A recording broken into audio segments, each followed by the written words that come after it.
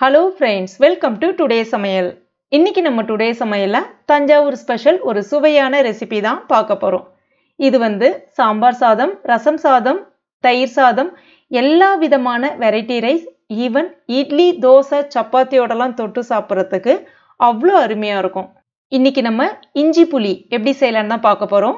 இது 30 நாளானாலும் கெட்டு போகாம இருக்கும். தஞ்சாவூர்ல ரொம்ப ஒரு ஸ்பெஷலான ரெசிபி அப்படின்னே சொல்லலாம். ரொம்ப அருமையா இருக்கும். இது இப்போ நம்ம எப்படி செய்யறதுன்னு பார்க்கலாம். இது செய்யறதுக்கு 350 கிராம் அளவுக்கு இஞ்சி கழுவிட்டு தோல் நீக்கிட்டு காய் துருகிறத பயன்படுத்தி இந்த மாதிரி நல்லா துருக்கிட்டு எடுத்துக்கங்க. அடுத்ததா ஒரு எலுமிச்சப்பழ சைஸ் அளவுக்கு புளி, அதாவது கிட்டத்தட்ட 30 கிராம் அளவுக்கு புளி. தேவையான அளவுக்கு தண்ணி சேர்த்துட்டு ஒரு 30 நிமிஷம் நல்லா ஊற விட்டுட்டு அதுக்கப்புறம் புளியை கரைச்சி நல்லா வடிகட்டிட்டு தண்ணியை மட்டும் எடுத்துக்கங்க. அடுத்ததா ஒரு பேனில் 100 கிராம் நல்லெண்ணெய் சேர்த்துக்குங்க.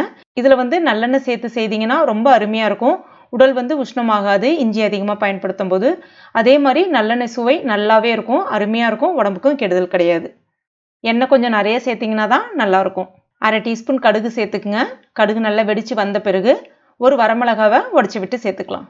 அடுத்ததாக நம்ம துருகி வச்சுருக்க இஞ்சி சேர்த்துக்குங்க. கூடவே கொஞ்சமாக கருவேப்பிலை இலைகளையும் சேர்த்துட்டு அந்த இஞ்சினுடைய பச்சை ஸ்மெல் போகிற அளவுக்கு ஒரு 3லிருந்து 4 நிமிஷத்துக்கு நல்லா வதக்கி விட்டுக்குங்க.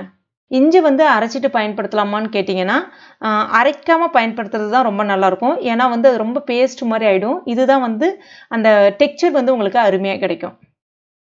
இப்போ ஒரு 4 நிமிஷம் ஆயிடுச்சு. அந்த இஞ்சினுடைய கலர் நல்லா மாறி இருக்கு பாருங்க. இப்போ இதில் அரை டீஸ்பூன் பெருங்காயப்பொடி, 3 டீஸ்பூன் மிளகாய் பொடி, அதாவது தனி மிளகாய் பொடி சேர்க்குறேன்.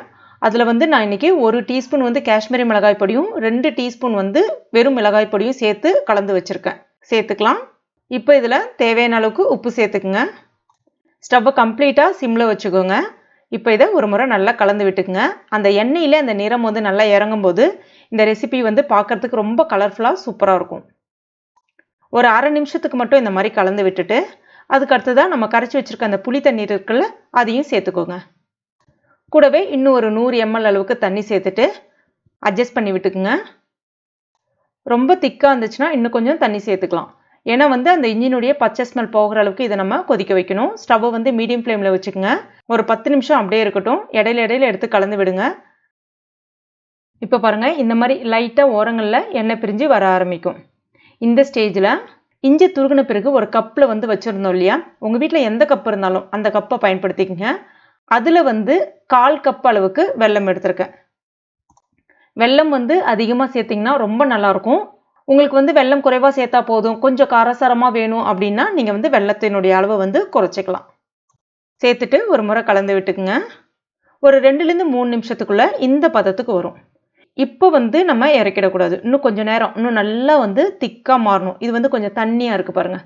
இன்னும் நல்லா கொஞ்சம் திக்காக ஓரங்களெல்லாம் நல்லா எண்ணெய் பிரிஞ்சு இந்த மாதிரி வரணும். இப்போ எவ்வளோ திக்காக இருக்குது பாருங்கள். அவ்வளோதான், சுவையான புளி இஞ்சி மணக்க சூப்பராக ரெடி ஆகிடுச்சு. நல்ல ஒரு வாசனை வந்துட்டு இருக்குது. ரொம்ப அருமையாக இருக்கும் இது. இது நீங்கள் உடனே சாப்பிட்றத விட ஒரு 12 மணி நேரம் அப்படியே விட்டுடணும். நல்லா ஆற விட்டுருங்க. கொஞ்ச நேரம் ஆறுனதுக்கப்புறமா மூடி போட்டு வச்சுருங்க. நல்லா ஆறுனதுக்கப்புறமா இப்படி தான் இருக்கும். அதுக்கப்புறமா நீங்கள் ஒரு பவுல்லையோ இல்லைனா ஒரு கிளாஸ் ஜார்லையோ மாற்றிக்கலாம்.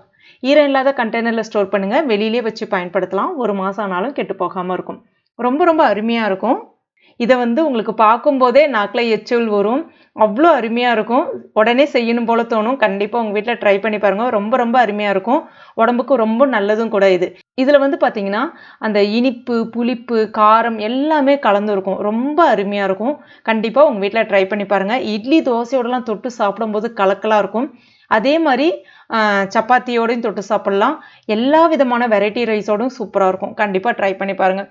ட்ரை பண்ணி பார்த்துட்டு மறக்காமல் எனக்கு கமெண்ட் பண்ணுங்கள். இந்த வீடியோ உங்களுக்கு பிடிச்சிருக்கும் நம்புகிறேன். பிடிச்சிருந்தா லைக் பண்ணுங்கள். உங்கள் நண்பர்கள் மற்றும் ஃபேமிலி மெம்பர்ஸ்கிட்டையும் மறக்காமல் ஷேர் பண்ணிங்க. மேலும் இது போன்ற டேஸ்டி ரெசிபிகளுக்கு நம்ம டுடே சமையல் இது வரைக்கும் நீங்கள் சப்ஸ்கிரைப் பண்ணலன்னா உடனே சப்ஸ்கிரைப் பண்ணிக்கங்க. கூடவே மறக்காமல் அந்த பெல் நோட்டிஃபிகேஷன் சிம்லையும் ப்ரெஸ் பண்ணிங்க. தேங்க்யூ.